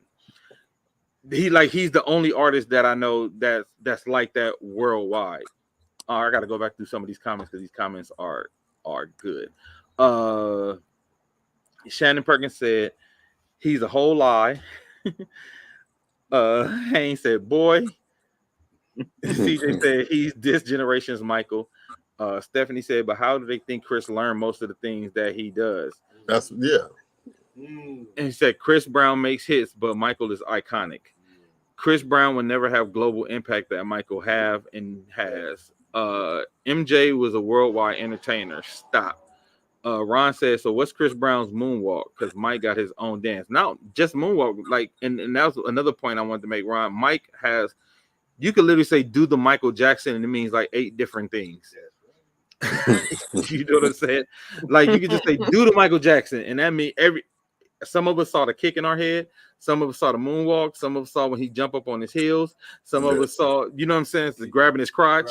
There's so many things you say do the Michael Jackson, and the leg, the Michael Jackson K Swiss, there's so many things that you say do the Michael Jackson could mean. Haynes said Michael Jackson in my top 3 vocally, period. She said, I mean, these kids like Sexy Red. So go to Times Square or go to on Hollywood Boulevard and see the Chris Brown imitators. Look for them motherfuckers. You know what I'm saying? Right. Some nigga Right. that gets plastic surgery to look like Chris Brown. Yeah. He said, can Chris Brown stand on stage and have the audience clapping and crying while he's just standing there? Yeah. He said, Passing out and everything. Come on now. You think Chris Brown making motherfuckers Can- pass out? Can Chris Ron Brown said- hang a baby off a balcony and get away with it? And get No. away with it. Nigga. Wait, no, not only that, he did it, and it was 50. It was more people there than at most people concerts at his Yeah. hotel room, at the window of his hotel. Stephanie said, Dame, unless I missed something, I have not heard Chris be able to do the vocal acrobatics with his voice like Mike has, like making beats and acapella music with his voice. Like, again, and I don't want people to feel like I'm attacking Chris, because Chris actually said himself, hell no, I ain't fucking with Michael. Like, so, you know, I definitely don't want to. That's a good one, Hank. Stranger Moscow, he was singing his ass off on Stranger Moscow and Earth Song. What about it? Yeah. Yeah, Earth Song, he was singing his ass off on Yeah, What About. And same. again, point me to a vocal performance that Chris has done that is as powerful, as clean as the ones that we have named. Or even you go back to I Want to Rock With You because it's smooth, but he's singing his ass off on I Want to Rock With You. He used to do the dance to rock. They ain't seen that. You said the dance what? It was called the rock. The dance to rock. Yeah, he did. It was a dance called the rock. My pa said he had a dance called The Rock that people haven't seen. My son is loving Michael Jackson's Beat It and Smooth Criminal in his top 5. And your sons are not even like 15, right? Your kid's not even 15. So that's what I mean. Like, just from a cultural standpoint, the artistry that Mike's had, because somebody said, well, I think Chris could dance better because he could do everything Mike could do, and then there's some things he could do that Mike can't. And I said, well, I think, yeah, she said, hey, her son 9. Like, your son 9, and he on Smooth Criminal right now and Beat It. That's You know what I'm crazy. saying? Beat It is older than him and his parents. You know what I'm saying? but you know what I'm saying? So it's like, so to me, it's like, I feel like outside of backflipping, because yeah, Mike probably didn't have that. Mike probably didn't backflip. But outside of backflipping while he's dancing, I feel like Mike's precision was better. I feel like Mike's videos were better. And because if you're gonna say that Chris Brown is better, way better. well, if Nigga, you're gonna say what? Chris is, yeah, his choreography was way better. Because if you're gonna say Chris is better, you have to point to the thing that he actually does better than Mike, right? You have to actually point to me like, where's his Thriller moment? Where's his American Music Awards Man in the Mirror moment? Where's his Beat It Billie Jean with his, Motown 25 moment? Like, there are so many moments that Mike has had video wise. Because first of all, video wise, Mike changed the entire industry. Exactly. If Exactly. he was Rosie Berry with MTV, Chris couldn't have been on TV. Well, not But only Chris that, Brown took what's the name? Mike's fucking his second video out. What's that song? Excuse me, miss. What's that shit called? Y'all know that video. God damn it, that's from Mike, man. So it's like his version of The Way You Make Me Feel. So it's like literally like so, Chris come kind on, of, bro. and again, like I said, I don't want to attack Chris because Chris even said himself, like, hell no, I wouldn't be Hell here without no. Mike, and I would never, you know what I mean? Oh, you right, Shannon. Hank is Mike was on the singing his ass off finest on of screen notes. too. Yeah, he Yes, was singing boy. his ass off Oh on screen. my God. But again, so I'm talking. So I think Mike is a better singer because I heard him do much more with his voice, range wise. Like, we've heard him sing super soft, we heard him sing super hardcore, we heard him. You know what I mean? His harmony stacking in the studio. Yeah, Never Say Goodbye, Lady of My Life. Like, because there's songs you could point to where Mike is actually singing, not songs like I'm Bad and Beat It. Like, I don't, even though he sounds good on those songs, those not songs you point to as like his vocal vocal ability. But they're Shit, like I said, even they're, from when he was a kid. I'll be there. Look over your shoulder, honey. Come on, my nigga. What about Who's Loving You? That was yeah, classic. Who's Loving You? Again, Oh, yeah. point me to any Chris Brown vocal, and Michael was like 11. Right. You could And go we're through any talking Chris. about that shit now. You Yeah. know what I'm saying? Yeah. She did you watch the We Are the World special? That shit had me want to be. Yeah. I watched the We Are the World special. That was special. And again, if Chris was a better artist, he would have those moments, right? If he was better than Michael, it would have came through. Because if you that good, the world and you in a spotlight, it ain't like you like some dude who was in the basement who never got his shot. You are here, you are out there. Where is your Thriller video then? Where is your Scream video? Where is your You know what I'm saying? Like where are those? I'll And probably again, say the only shit that'll probably touch that is Run It. That's about it. Other and than that that, the rest of that shit is ass. well, it's not even that his videos are ass because I think a lot of his videos are like, what was that one? Wall to Wall was like his Oh, version of that shit was Thriller, clean. right? Yeah, Like yeah, that shit was instead clean of too. zombies, it's Yeah, vampires. But again, like yeah. V Ray said, there would be no Chris making that video if Michael hadn't made Thriller. Yeah. You know what I'm saying? Shit is insane, Yeah, bro. it's Yeah, just remember the innovative, time. man. Just Remember remember the time video? as Oh a my video. God. You could play remember like I DJ sometimes, and when I DJ, I play remember the time. There has never been a time in the whole time of my DJing years that if you put on remember time and somebody in that place don't try to do the Michael Jackson dance routine from Remember the Time. You know what I mean? So Yeah. Thriller, same.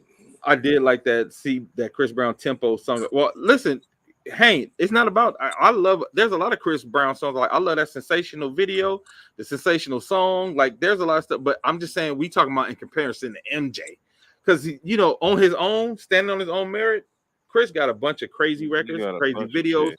He Yeah. got a nice catalog. But I'm just talking right now specifically in comparison to what Tank said So about MJ? MJ. Like I think first of all, I think we need to leave MJ alone. Period. That's first. Because they try to say Harry Styles was the new king of pop. Get the fuck out of here. I think to me, I think the closest would be Beyonce, and she ain't close. And that's not no knock on her because I think she's amazing. But I think and I feel like honestly, I feel like this is like the I feel like LeBron. that's the closest comparison you can ever come to close to Yeah. MJ. Is Like just Beyonce. talking about cultural impact and people crying when she on stage and all that shit Exactly. like that. She's the only Or Taylor Swift. Yeah, or Taylor Swift, yeah, but Taylor Swift ain't the entertainer that they are, so that's why I wouldn't put her, you know, in that echelon. But you know, to me, like watching, I don't know, man. Hold on, let's read Stephanie's comment. She said, even though Michael had his share of scrutiny in the media behind the accusations, the way society went about doing things back then is not how they do it now, cancel culture and everything. So you think Chris's incident with Rihanna and how influential people backed her kind of hurt him from having those moments and opportunities?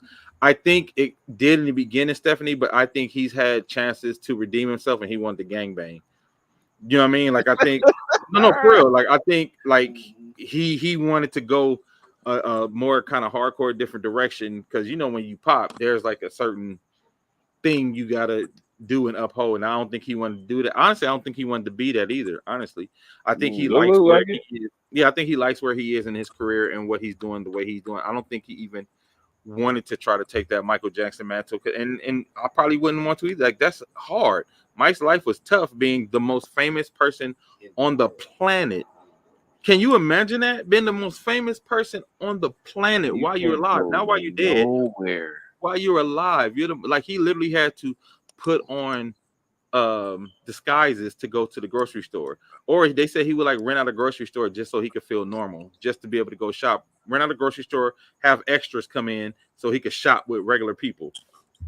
That's the life that I couldn't even fathom. I couldn't even imagine. And Chris Brown for sure can go to a grocery He store. can go. He can go to a grocery store.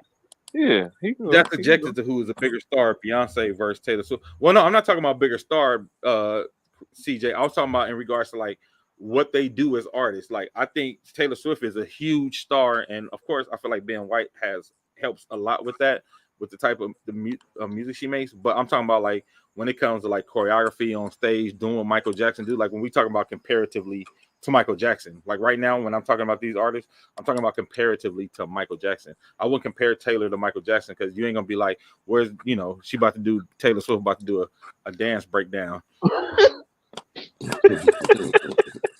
Show me. I don't think Kanye's in that conversation. Oh hell no. No. Hell no. Yeah. Portia said yes, totally. She said totally, Stephanie. If he had kept that clean, this Christmas image, he would have had more moments. I don't know. I think he would have had more moments. He's had chances to have more moments anyway. He's done the award shows. He's had the chance to be on all the award shows and all that stuff. Oh, okay, I got you, CJ. She's talking about Kanye in reference to Taylor Swift. But yeah, like, and I just feel like he hasn't come through. And again, like for me, and this is maybe a little controversial, but I don't care. But I feel like this conversation is likened to the Michael Jordan, LeBron conversation, right? I feel like Chris Brown is LeBron, Michael Jackson is Jordan, and Usher is Kobe. Niggas forgetting about Usher. You Just can't like skip Usher, Chris man. over Usher, man. I'm You sorry. can't- Because nah. again, we know Usher has had those moments, right? Usher Yeah. has given us those iconic videos. Usher has given us those moves where it's like, that's the Usher move. He gave you the chain around the neck. He gave you the you don't have to call move. He gave you the make you wanna, taking his shoes off. He gave you the my way. Like Usher has had those moments in his videos and his award shows that have been very iconic. Usher be singing his ass off too. You listen to how good he was singing on Caught Up, which is another one of my favorite Usher videos. Like, and I feel like it's that same conversation where people be trying to put LeBron over Jordan, but I'm like, how you skipping over Kobe? And that's what I feel like, you know, with Usher. I feel like y'all skipping over Usher and his greatness, his longevity in his career, and all the work he put in and all the things he did. But that's just me. Usher Raymond. What you think, V-Ray? I think you nailed it, man. I think, honestly, Tank just did some clickbait shit, and you know what I'm saying. And here we are doing a show around it and shit. But I mean, I think it's just a moot point, man. I don't even think that was intended to go this far. You know what I mean? Because I think it's just so obvious. And him being a singer, him in his own right, you know what I mean? I'm just surprised that he would even let that come out of his mouth unless he had other intentions for even bringing the shit up. So shout out to Tank, but that was some dumb shit to do, to say, because that shit ain't, you can't shape that shit no way to make that shit true. But yeah, I think in the league that you're talking about right now with Usher and as Kobe and such, I think that's fair because Usher has had that same and been around about as long as Chris Brown, you know what I mean? Or longer, actually. Longer. Like about 5 to 10 years longer. Yeah. So he definitely deserves his flowers, but he's making his moves and shit. I mean, with the Super Bowl and the residency that he's got and all that. So I mean, he's still doing it. It ain't even over yet. And the that's the thing too about this Chris Brown, Michael Jackson conversations. Michael's dead, you know what I'm saying? All the shit that we're talking about is legacy shit, you know what I'm saying? If he was still around, he'd probably be doing some more amazing shit, even at this age and at this stage. My you know? So you and dude still got ground. I mean, how long has Michael Jackson been dead now? What? Since 2010? 2010. He's been dead 14 years. Nine. So this nigga still got 14 years of career in it, you know, after Michael Jackson's death and shit. And he still ain't really adding up to it in the sense of him and Michael Jackson being in the same conversation. So, you know. Portia said I was trying to find a singing argument, and y'all quickly reminded me there's no comparison. That's what I said. I feel like people forget how good a singer Mike was because he's known for his entertaining side. He's known for his dancing. But I'm like, no, Mike was a cold ass vocalist. You go back to when he was a kid to Butterflies. Yeah. You know what I'm saying? Yeah. When he started hitting more pop shit, he cleaned it up. It wasn't nowhere near as R&B chops as it was in the past, like Dancing Machine, all them old joints and shit like that. So it's easy for somebody who, depending on where they arrived during the Michael Jackson era, I mean, during his whole career, where they got on board and got familiar with him. So they may not have known historically what he was capable of. But no, old boy been killing it for a long time. He took Jermaine's spot and shit. Remember, Jermaine was the lead singer and shit in the Jackson 5 and shit. Portia said Tank actually believes that shit. It just speaks to his understanding of true art. And you know, it's funny because like Tank usually is on it, and I know there's a personal part to it because he works with Chris and Chris is his guy. So I know there's a personal aspect and a personal piece to it. But no, man, at the end, there's too much data to show.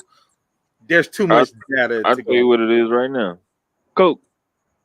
They was on the finest of powder. That video, huh? They was on the finest of powder. He said, I was looking at him man. when he was making that statement. He's like, Chris Brown. That drunk What, smile nigga? Look on his face. Like, oh my God. And he's saying crazy shit.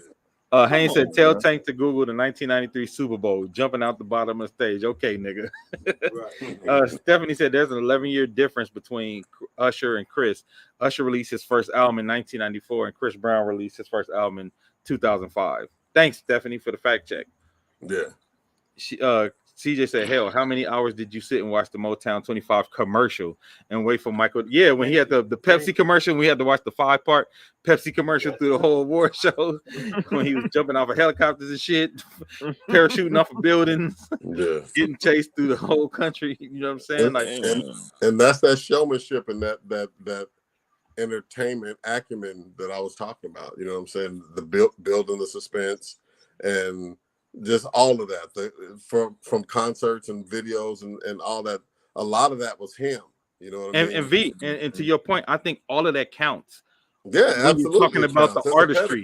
That's the whole Yeah, pedigree of the yeah, I artist. think that all counts to when you're talking about who's the better artist. Because one of my friends, she said, I think he's a better dancer than Mike, but I think Mike had better vision. I said, well, if you think Mike had better vision, and because he had better vision and better choreo, I said, I think that all goes to the point though, right? I think that all goes to the pot when you're talking about who's better. It's like you can't like even pull out, pick and choose attributes. You look at the overall thing, right? Like, and then if you want to go to nitpick, like, okay, they this close and everything, so now we'll use this to nitpick. But I don't think they're that close to get to the point where we nitpick. You know what I'm saying? Yeah. Yeah. Why is he even in the competition next to It's Mike? not a fair fight. Trying to put them in parallel to each other, man. I mean, Yeah. Chris is great, and I Yeah, love Chris is Brown amazing, and man. his catalog He's an is amazing great. artist. Fucking amazing, but why are you in a conversation next to a goat nigga? Yeah. No. Well, my thing is, like, I wouldn't be mad if you said Chris is this generation's Michael. I wouldn't be mad at that conversation. I wouldn't. But I wouldn't, even though that's to me a little stretch.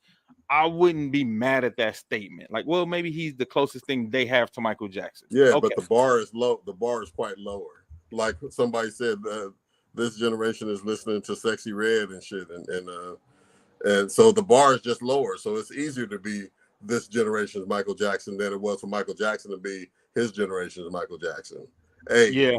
And then he innovated and did all this groundbreaking shit along the way. But the bar, it's a different litmus test these days. You're right. And like I said, no shade to Chris, because I think Chris is a dope artist in his own right, and I think Chris is talented in other places. Because Chris can paint and shit. He be designing clothes. Like Chris does. Like he's like a Renaissance artist. He does He all can of act those a little things. bit. He can act. Yeah. So I think there's Yeah, all of those pieces. So I think he's really a brilliant artist. He's great. But I think when it comes to like standing flat foot on stage, who I want to go see, ask 30 people, do you want to go see Chris or Michael Jackson in concert at their peak?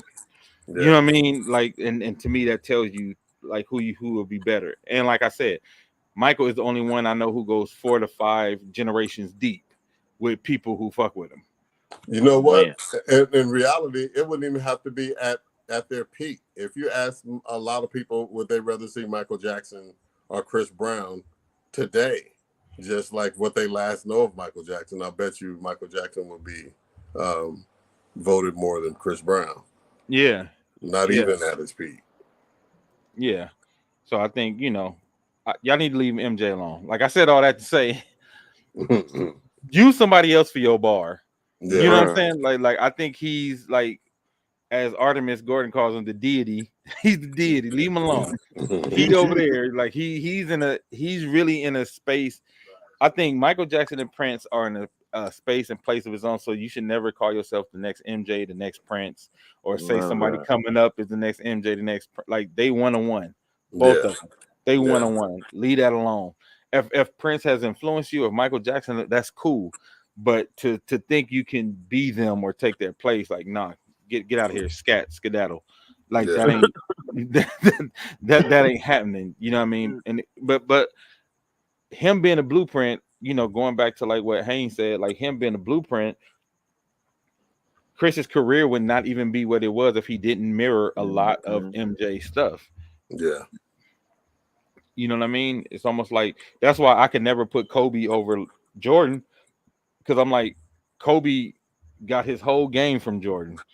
And even though he had a better 3-point shot, he approved upon some of the things that MJ did. Like his game wouldn't have been what it was without MJ.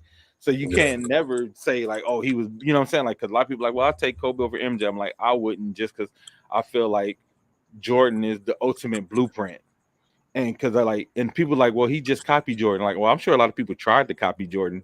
He was the only one who got close. You know what I'm saying? Like, nigga, Yeah. we all can go try to copy Jordan, but Yeah. who's gonna get that close?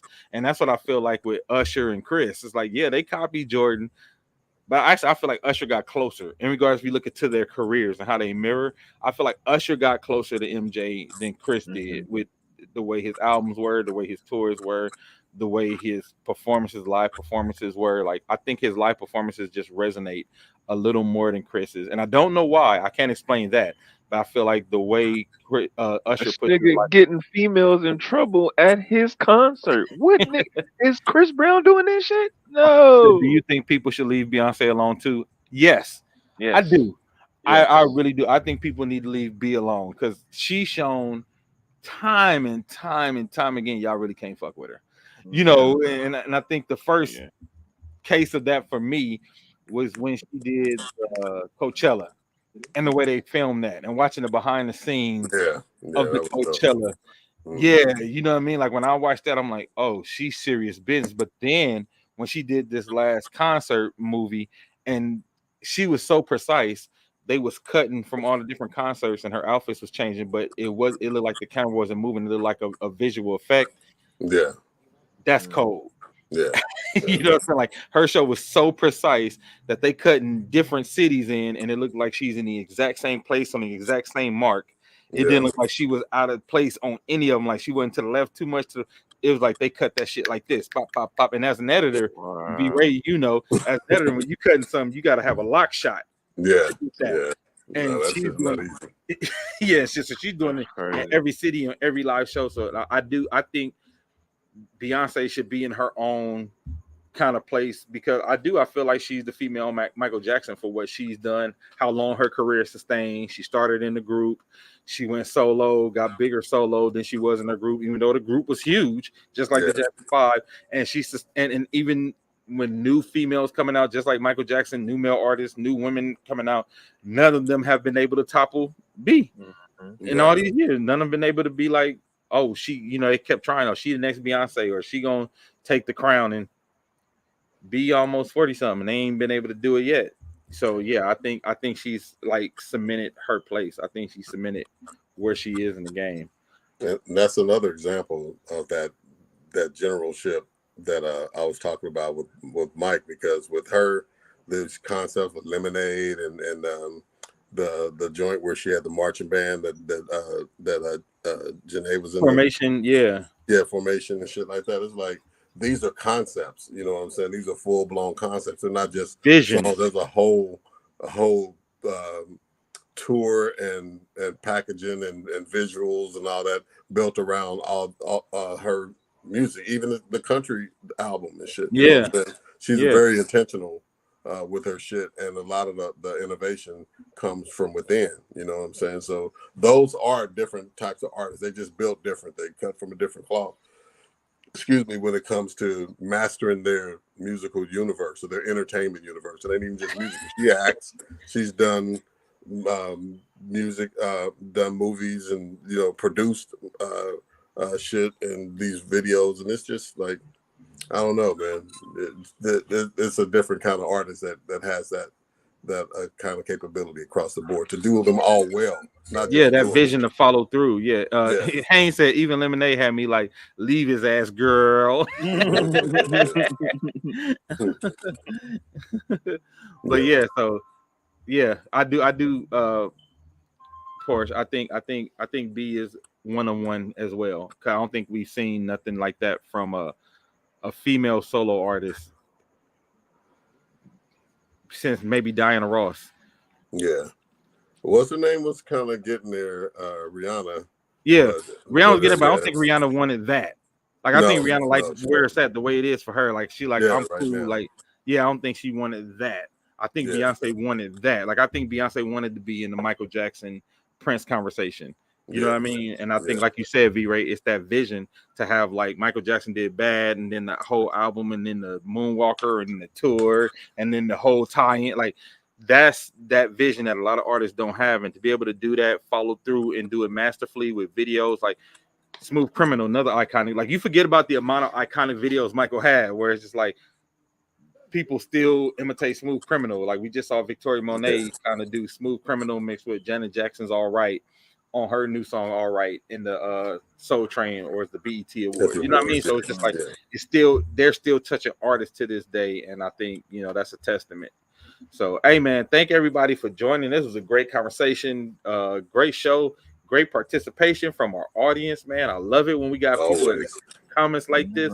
Make sure y'all let everybody know, man. Wild Bunch presents Wild Thoughts on Wednesdays. You know, and get other people to join in, and we talk about more of this culture stuff. And like I said, as the election goes, we'll continue to talk about that. But we also love talking about this kind of stuff too, like the MJ Chris Brown and just cultural music stuff that's, you know, happening in the zeitgeist. So oh, Steph said, do we get a super group tonight? I guess we have to, you know, Steph, since you asked, we got to do a super group. All right, let me pull something. I feel like Johnny Carson. Okay, well, since we're talking about Michael Jackson and Chris, give me your super group with singers that are also good dancers. That's a good one, right, Steph? Super group with singers that are also great dancers. Can we get a Michael? So, Chloe, this is the problem with doing a Michael Jackson tribute show. It is so hard to duplicate Michael Jackson songs live without Michael Jackson. And if you don't do it right, you just come off sounding corny as hell. There's not a lot of Michael Jackson songs that you could pull off live without that vocal or those specific instrumentation. Because you think of like, you try to play, like we play Rock With You and we don't even sing it. We play Rock With You and it's instrumental. You know what I mean? Because the vocal is so, you can't, certain stuff you can't touch.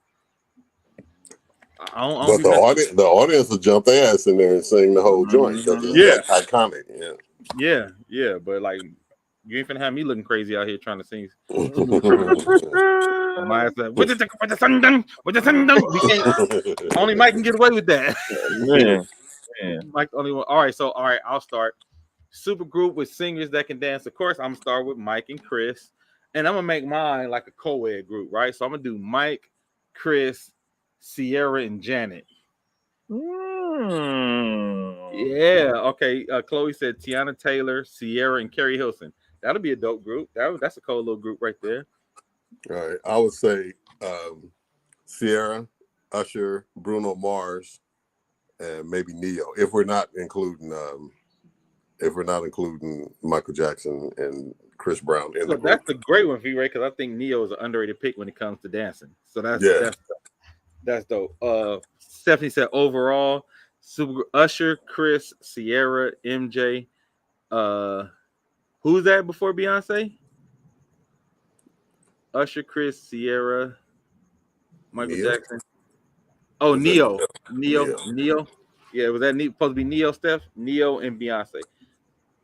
First of all, you talking about sold out shows for years to come. Yeah, riots and shit. $15,000 tickets. You know what I'm saying?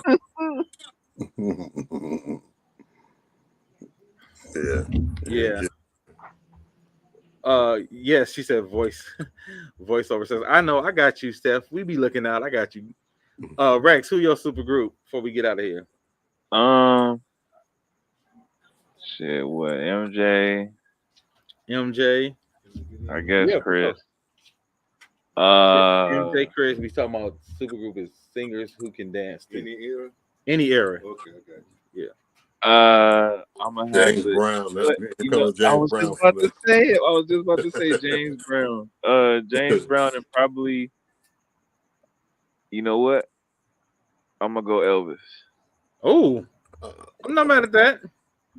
All right, so Chloe said Beyonce, Janet, and Victoria Monet.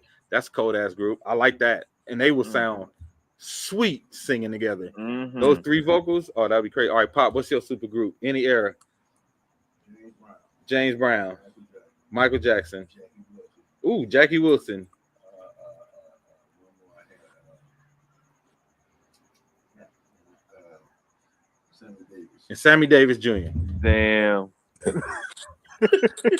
Steph called it. She said, "Pop about to come with some golden oldies entertainment." He ain't lying. Everybody got a knee replacement in that motherfucking group. That's a cold ass group. Okay, so In the heyday. in the heyday, yeah. Shannon said Michael, Tina Turner, Sierra, and Usher. That's cold ass group. That's a I like cold that. ass group. That's I a know cold about group. that. That's entertaining. Yeah. Most Now, definitely. even though she don't dance that good, entertainment wise, maybe as a feature, I would sneak Missy Elliott in there because she's an incredible entertainer, man. Like her stage show, like she ain't a great dancer, but she danced good enough to where when she's doing a choreo with her dancers, like that shit is hot. Like I love watching Missy perform. You know what I mean? Did you see her when she was here? No, I didn't see her. I saw clips. Missy, Usher, and Janet. That'd be crazy. Yeah. That'd be crazy. Portia said Beyonce, Victoria Monet, and Chloe Bailey. Oh, that's a good one. That's a crazy one. That's crazy. Oh, CJ, you went? She said that show was fire. I know it was. Like Missy is, to me, Missy is another one who's underrated for how dope she is entertainment wise and the amount of hits that she had and her vision when it comes to videos. Yeah. Because to me, she was up there with Michael Jackson and Busta Rhymes when it comes to like video concepts. Yeah. Like she had crazy video concepts. She had iconic videos that people still imitate on TikTok. You know what I mean? So I just want to give a shout out to Missy because she's and people still wearing the bubble suit for Halloween. So you know what I'm saying? Still back on. You know what I'm saying? Yeah. So iconic. Oh, that's a good one. Portia said Michael Jackson, Sammy Davis Jr., and Omarion. That's an irky jerky ass group right there. That's a lot. Okay, hold on. Haynes said old Bobby Brown, Usher, Beyonce, and Bruno. Bobby, yeah. Niggas forget about Bobby because you see him a little old, slow now, but niggas forget Bobby. It was Bobby, Janet, MJ at one point. You know what I'm saying? Well, you know, MJ, Janet, Bobby. It was MJ, Janet, Bobby at one point. He was like right there with them. Sierra, Busta Rhymes, and Missy show was up. I know it was. Shannon said you right about Missy. Yeah, like I feel like Missy be doing some. She's killer. Yeah, Michael, Sammy, and Omarion. Omarion be killing. Like Omarion kill his live shows too. Yeah. Janet. All right, Pop's got another one. Janet, Prince. And after this. Okay, and the James Brown girl, what's her name? Said James Brown girl. What's her name? Monet. What's her name? Not Victoria Monet. The other one. The other one. The girl who had the song Tightrope. She sings on Tightrope. I seen her perform her ass off. Y'all know she used to wear black and white all the time, black and white tuxedos all the time. You talking about from Kansas City? Shit. She got the dirty. Her name Monet too. Yeah, Dirty Computer album. Yeah, Janelle Monet. Thank you, Chloe. Yeah, Janelle Monet. Yeah, Janelle Monet. Yeah, this was a great show, guys. Fun as always. Tell Pops I said hello. Pops, Steph said what's happening. Pops said hey everybody. Yeah, Janelle Monet. Yeah, Janelle, because when she came out with Tyro, she was cutting rug like on some James Brown shit. Yeah. she was really cutting rug on some James Brown. And anybody who, you know, if you haven't had a chance to listen to the Janelle Monet album, Dirty Computer, if you like Prince, that's a good album. And I know people's like Prince for dancing. Yes. That little nigga used to be having a little dance break. If you watch his live concert show, Prince have his little dance break. That nigga take his shirt off and get the dancing across the stage. If y'all ain't know. He had to give a knee replacement because he was fucking doing all them dives off the piano into a split and all that shit. And he was doing it high heels. That's where he fucked his knees up. Yeah, that too. That nigga had on wedges. What you mean? What? Yeah, man. This was a great show, man. Thank everybody in the comments. Those $25 shows at the Forum, man. Listen, I went to 2 of them, and I got to go backstage in one of them and kick it with Prince and the crew after one of those shows because my homegirl saw me in the audience, brought me up to the tables right by the stage, and then I knew the twins who danced with him. So the twins saw me from the stage and was like, "Oh, come to the after party." It was a great night. he would work the hell out of some high heel boots. Yeah. That little nigga be right. I'm like, how did he even move like that in them boots? He was 4 foot. He was 4'2" and shit. Yeah, And he like probably moving around in had these boots. high heel versions of them little white hard shoes you have as a baby. Yeah. That nigga probably had some heels on back in them days and shit. Yeah, man. So, all right, y'all, we're gonna get out of here. Great show. We kept it below 2 hours tonight. Last 2 weeks we've been going like almost 3 hours. So we were hour 45 tonight. But thank everybody for joining us, man. Again, Wild Bunch presents Wild Thoughts. If there's something y'all want to talk about throughout the week too, y'all, make sure y'all hit me on my inbox or in my Instagram. And you know, because Stephanie will hit me like, hey, I want y'all to talk about blah, blah, blah. So we make sure we put on a deck. So if there's things y'all seen that's through the week that y'all want to talk about, put it on and we can add it as a topic for next week. Man, I appreciate all of y'all, all the love, all the comments. This has been fun. Wild Bunch out until next week. We got some shows coming up. We'll let y'all know when, you know, once we get the dates locked in, what the shows are. And make sure y'all go follow us on our Instagram at Wild Bunch. All right. Hey man, we got to do that. We got to do that Wild Bunch Unplugged show where we do our own catalog, like across all the albums. So I'm just putting that out there in front of company and shit. Yeah. So, anyway, that's it. Yeah, we got to plan that out. Yeah. We got to plan that out. That shit gonna be dope. Yeah, it will be.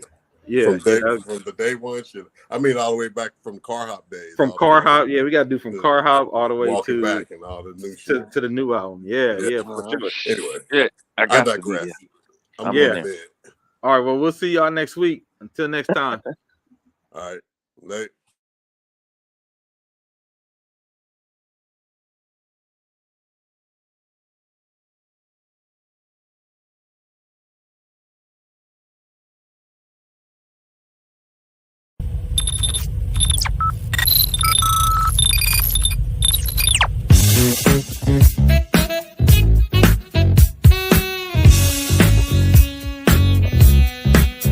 Stop the world, let me off. I don't like this destination. I like a transfer to the express line. I gotta get off. Electric slide into the devil doors of life. Things are changing and it ain't the way I like. On the replay, wish I could get a replay.